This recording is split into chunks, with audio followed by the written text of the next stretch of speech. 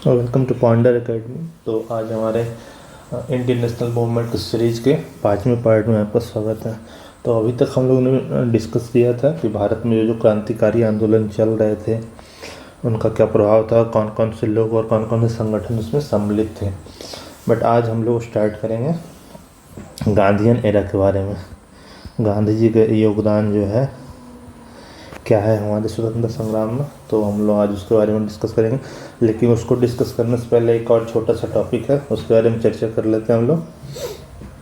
Home rule movement. तो home rule movement की दो लोगों ने शुरुआत की थी। सबसे पहले होम रूल का अर्थ क्या होता है? तो होम रूल का अर्थ होता है स्वशासन, यानी अपना शासन। और ये आयरलैंड देश से प्रेरित था। ये मूवमेंट जो था आयरलैंड देश से प्रेरित था। और इंडिया में दो लोगों ने इसकी शुरुआत की थी। पहला बाल गंगाधर तिलक और दूसरा होम रूल मूवमेंट जो था एनी बेसेंट के द्वारा। तो बाल गंगाधर तिलक का जो होम रूल मूवमेंट था ये महाराष्ट्र और कर्नाटक वाले एरिया में था। और एनी बेसेंट का होम रूल मूवमेंट जो था वो मद्रास और तमिलनाडु वाले एरिया में था। ठीक है, उसी होम रूल मूवमेंट के दौरान ही बाल गंगाधर तिलक का नारा था जो बहुत प्रचलित है, स्वराज्य मेरा जन्मसिद्ध अधिकार है और हम उसे लेकर रहेंगे। तो यही स्वराज्य का मतलब होम रूल मतलब स्वशासन, और उसी के दौरान ये नारा दिया गया था, स्वराज्य मेरा जन्मसिद्ध अधिकार है और हम उसे लेकर रहेंगे। तो बाल गंगाधर तिलक की दो पत्रिकाएं थी, मराठा और केसरी। इसके माध्यम से उन्होंने अपने होम रूल मूवमेंट का विस्तार किया था। और एनी बेसेंट ने जो अपनी होम रूल मूवमेंट का प्रचार प्रसार किया था वो उसकी पत्रिका थी, उनकी पत्रिका का नाम था कॉमनीवाल और न्यू इंडिया। तो ये कुछ बेसिक बातें हैं जो होम रूल मूवमेंट के बारे में है। और इसके बाद एक और इम्पोर्टेंट आता है कांग्रेस का लखनऊ अधिवेशन।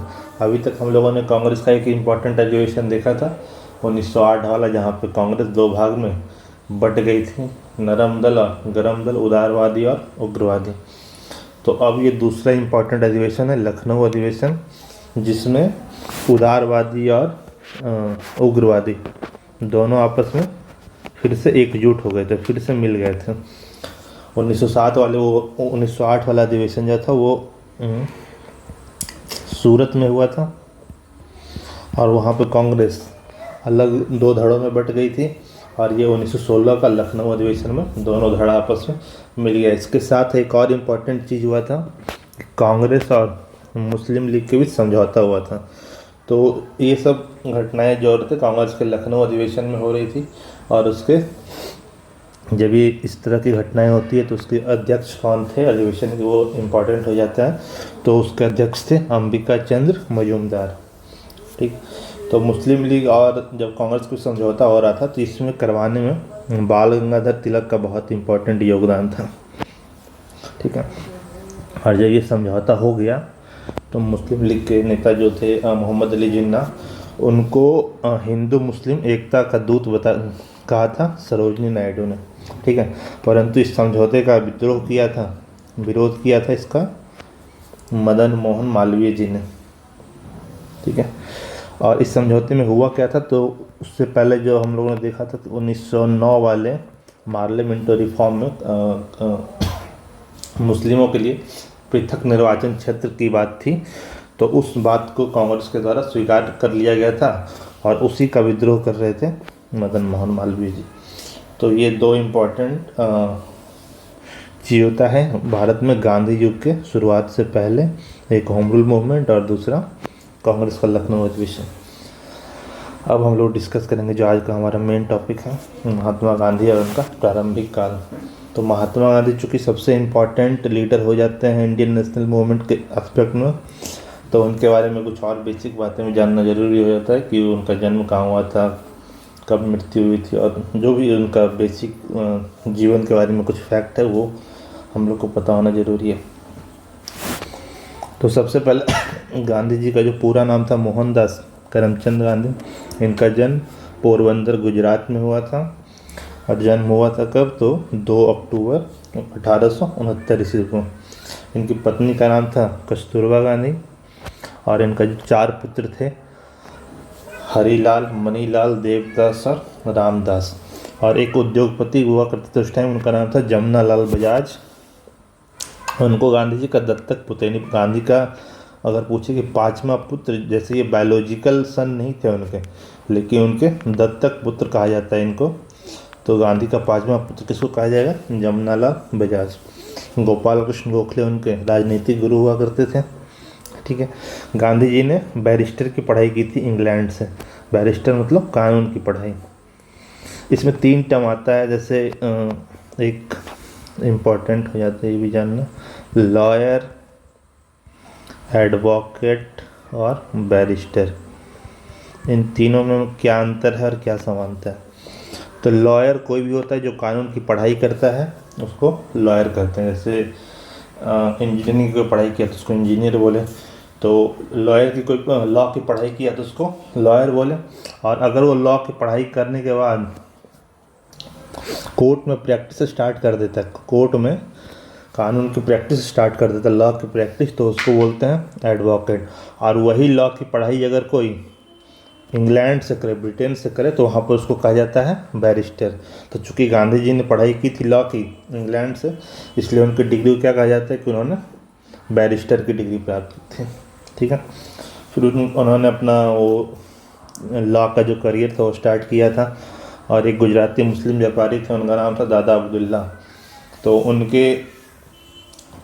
उनका कारोबार था दक्षिण अफ्रीका में। तो उनके केस को लड़ने के लिए वो दक्षिण अफ्रीका गए, और दक्षिण अफ्रीका में उन्होंने देखा कि दक्षिण अफ्रीका का एक प्रांत था नेटाल प्रोविंस।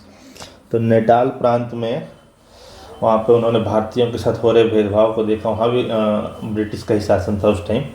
तो उन्होंने भारतीयों के साथ हो रहे भेदभाव को देखा। तो वहाँ पर उन्होंने उसके खिलाफ संघर्ष के लिए एक नेटाल कांग्रेस की स्थापना की थी। ठीक है। उस बीच वो इंडिया आते जाते रहते थे। 1901 के कांग्रेस अधिवेशन में भी गांधी जी पहली बार सम्मिलित हुए थे। लेकिन जो उनका शुरुआती करियर था दक्षिण अफ्रीका में चला था। फिर उन्होंने 1904 ईस्वी में डरबन में फिनिक्स आश्रम की स्थापना की थी। जोहान्सबर्ग में टॉलस्टॉय फर्म की स्थापना की थी। और जो उनका मुख्य वेपन जिसको कहा जाता है वेपन सत्याग्रह, उसका पहला यूज भी गांधी जी ने कहाँ किया था? तो साउथ अफ्रीका में किया था। ठीक है। इस तरह से उनका साउथ अफ्रीका का राजनीतिक जीवन की शुरुआत साउथ अफ्रीका में हो गई थी। लेकिन फिर 9 जनवरी 1915 ईस्वी को वो वापस इंडिया लौट आए थे। और वो जिस जहाज़ से लौटे थे उसका भी नाम इम्पोर्टेंट हो जाता है, SS राजपुताना। तो 9 जनवरी 1915 को वो इंडिया वापस लौट आए।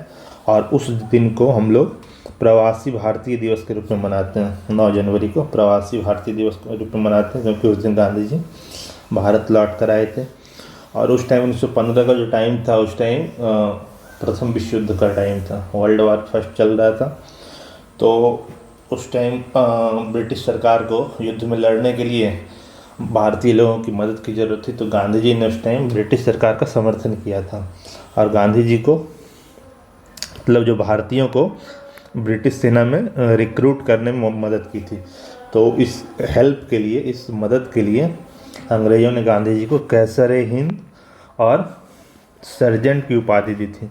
तो कैसर-ए-हिंद और सर्जेंट का मतलब होता है सेना में भर्ती करने वाला, सेना में भर्ती करने वाला। तो गांधी जी को सर्जेंट और कैसर-ए-हिंद की उपाधि दी गई थी। गांधी जी के कुछ अखबार थे, जैसे एक इंडियन ओपिनियन अखबार था, वो साउथ अफ्रीका में उन्होंने चलाया था। फिर भारत आकर उन्होंने हरिजन, यंग इंडिया, इस तरह के कुछ अखबार शुरू किया था। फिर 1915 में ही उन्होंने आने के बाद साबरमती आश्रम की स्थापना की थी, गुजरात में ही साबरमती नदी के किनारे। उसका गांधी जी की कुछ पुस्तकें जो है इम्पोर्टेंट हैं, जैसे सत्य के साथ मेरे प्रयोग, जो गांधी जी की आत्मकथा भी थी। फिर India of my dreams, Hind Swaraj, Gita Mata, Sapta महाव्रत। और उसके अलावा सप्त महाव्रत जो था, इसमें गांधी जी का जो भी दर्शन था, चीज़ों के बारे में क्या सोचते थे, इसके बारे में उन्होंने बताया था। इसमें पश्चिमी सभ्यता का उन्होंने विरोध किया था, अपना विचार रखा था उसके प्रति, वेस्टर्न सिविलाइजेशन के प्रति, और उसका विरोध किया था। फिर एक हर स्टूडेंट के लिए था, सुनो विद्यार्थियों। तो इस तरह की कुछ इम्पोर्टेंट उनकी किताबें थीं।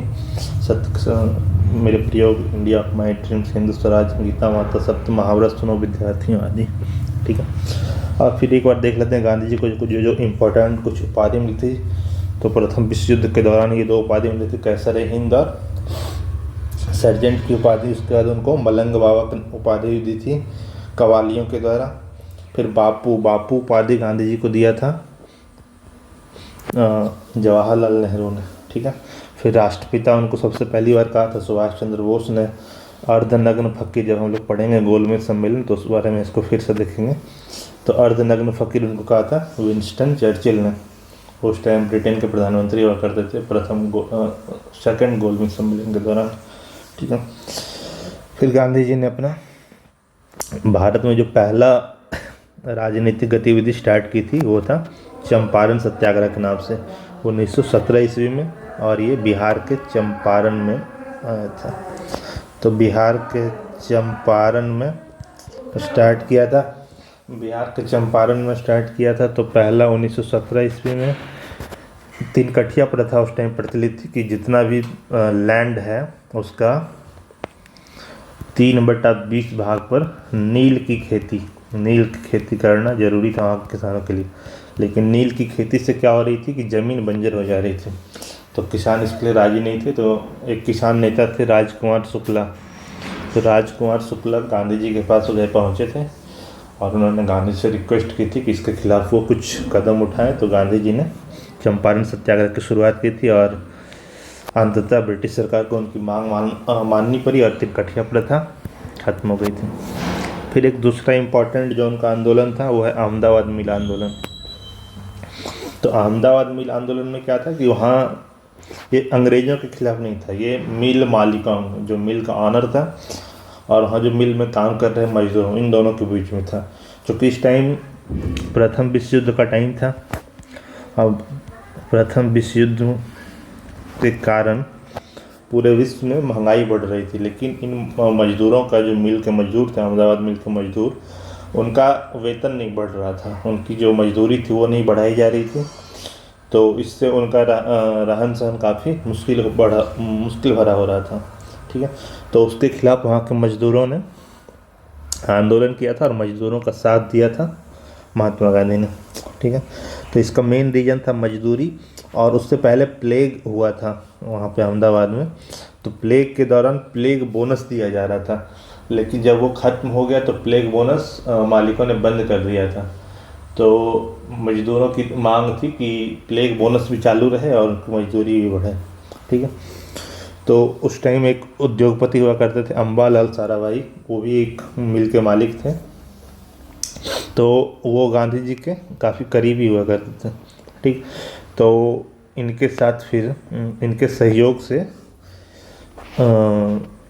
मिल मालिकों और मजदूरों के बीच में फिर समझौता हुआ और मजदूरों का जो मजदूरी थी 35% बढ़ाई गई। और इसी आंदोलन में पहली बार महात्मा गांधी ने भूख हड़ताल का प्रयोग किया था। अम्बालाल की बहन थी अनुसुईया साराभाई, इन्होंने इस आंदोलन में, अहमदाबाद आंदोलन में गांधी जी का साथ दिया था। इसके अलावा एक और इम्पोर्टेंट आंदोलन था इनिशियल टाइम में गांधी जी का, खेड़ा सत्याग्रह। खेड़ा भी गुजरात में ही पड़ता है। उस टाइम गांधी जी का साथ दिया था सरदार पटेल और विट्ठल भाई पटेल ने। ये भी किसानों से संबंधित था। वहाँ पे मतलब अकाल के कारण फसल नहीं हुई थी, लेकिन फिर भी ब्रिटिश सरकार कर वसूल रही थी और वहाँ के किसान कर देने में असमर्थ थे। तो फिर गांधी जी ने उनका साथ दिया था और अंततः ये डिसाइड हुआ कि जो कर देने में सक्षम है वो दे सकते हैं, जो नहीं है उनसे ज़बरदस्ती नहीं लिया जाएगा। तो ये 3 आंदोलन था और तीनों में महात्मा गांधी की जो सत्याग्रह, भूख हड़ताल और अहिंसा की उन विचारधारा थी और जो उनका तरीका था, इन तीनों आंदोलन में उसकी जीत हुई थी। तो ये गांधी जी का इनिशियल टाइम थे इंडिया में। इसके बाद बाकी जो आंदोलन है या बाकी जो घटनाएं हैं हम लोग नेक्स्ट वीडियो में देखेंगे। तो नेक्स्ट वीडियो हमारा टॉपिक रहने वाला है रॉलेट एक्ट, जलियांवाला बाग हत्याकांड, और इसके बाद जो स्टार्ट हुआ था असहयोग आंदोलन और खिलाफत मूवमेंट। तो बाकी चीज़ हम लोग नेक्स्ट वीडियो में देखेंगे। चलिए, धन्यवाद।